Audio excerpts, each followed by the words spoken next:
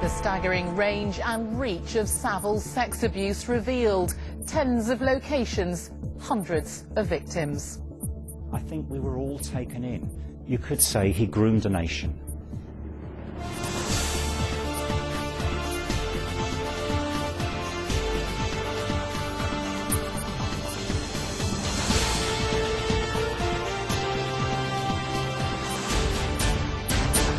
This is the ITV News at 6:30 with Natasha Kaplinsky and Alistair Stewart. Across the country, at hospitals, a hospice, schools and the BBC, the entertainer hid under the cloak of celebrity. Those who could and should have stopped him failed. Hello, good evening. A senior policeman used the language of those who spend their lives investigating sex abuses. Jimmy Savile, he said, had groomed our nation. He was referring to revelations of the horrific extent of Savile's lifelong reign of sexual abuse, but also revealed today how the opportunities to stop him and prosecute him were missed. Two reports expose how over 6 decades Savile ruthlessly exploited teenagers and children, one as young as 8, on a scale never before seen in the United Kingdom. In a moment, the shocking truth about why Savile was never brought to justice.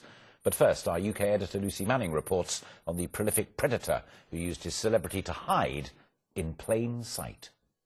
And good evening, ladies and gentlemen. Welcome indeed to Jimmo Fix It. He was the UK's most prolific predatory sex offender.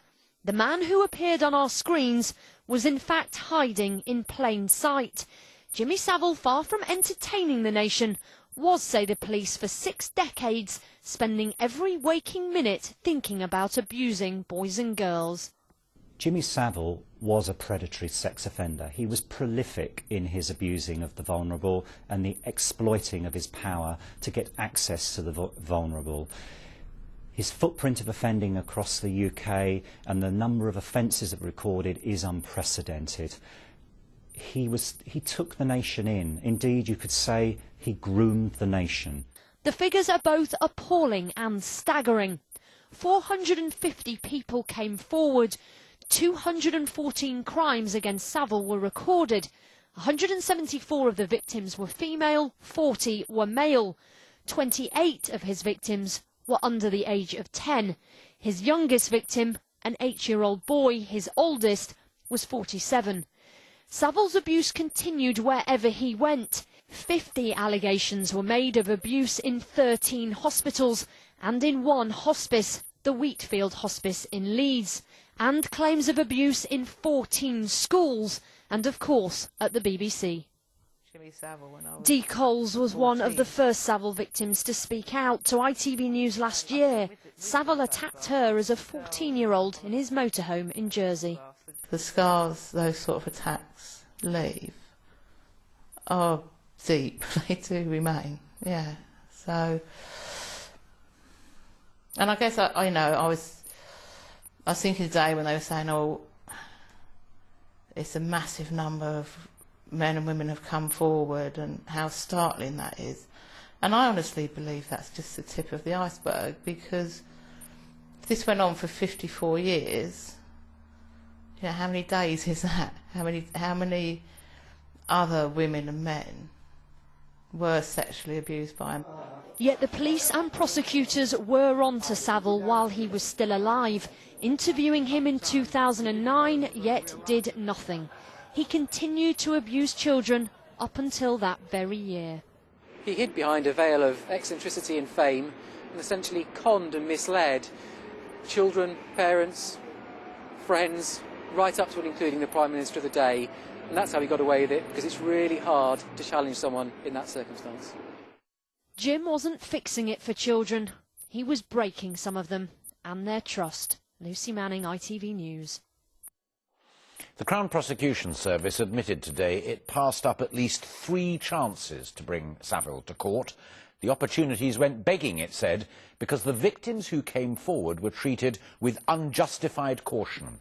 As Juliet Bremner reports, one of the consequences was that the victims were not told of each other's existence and so felt afraid to press their case. It was the abuse of vulnerable teenagers living here in the 1970s that first alerted the world to the crimes of Jimmy Savile. But it would be nearly half a century before pupils at Duncroft Approved School, as it was known, were finally believed. Girls like Frances Jennings, abused soon after this photo was taken, were told by teachers to stop lying. There's nothing worse than not being believed, and a lot of them thought they would just never be believed because he was such a powerful person. In fact, Savile was seen in such a shimmering light that everyone in authority appears to have been reluctant to pursue allegations, even when they had more than one victim. When former pupils at the old Duncroft Children's Home first made their allegations in 2007, it was decided there wasn't enough evidence to proceed.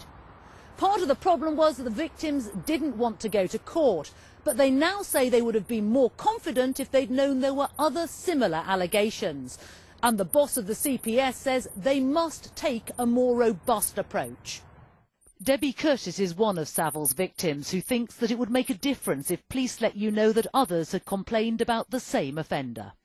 I think that when it comes down to it, especially if there's more than one victim come forward suggesting the same person, I think, depending on the case, but 90% of the time, and I think most people would agree, that should be known, that there's more than one victim coming forward about the same person.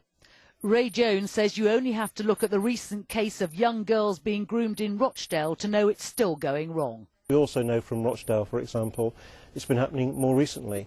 Young girls have been abused by men who have been able to keep that abuse quiet. It's very difficult for young people to speak about abuse. Powerful men, Savile was one, but other men as well, can be intimidating, they can have credibility. Young people often don't. So I do fear it may still be happening. The Director of Public Prosecutions accepts they could have stopped Savile earlier and is promising this will be a watershed in their approach to sexual abuse. Juliet Bremner, itvNEWS. Well, I'm joined now by Lucy Manning, our UK editor. Lucy, it does seem incredible, doesn't it, that these chances were missed despite the decades of abuse?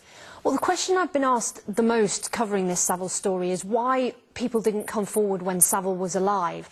And the truth is that they did. We now know that Surrey and Sussex police were investigating 4 allegations against Savile from 2007 to 2009, criticised today for being too cautious, that there could have been chances to charge him.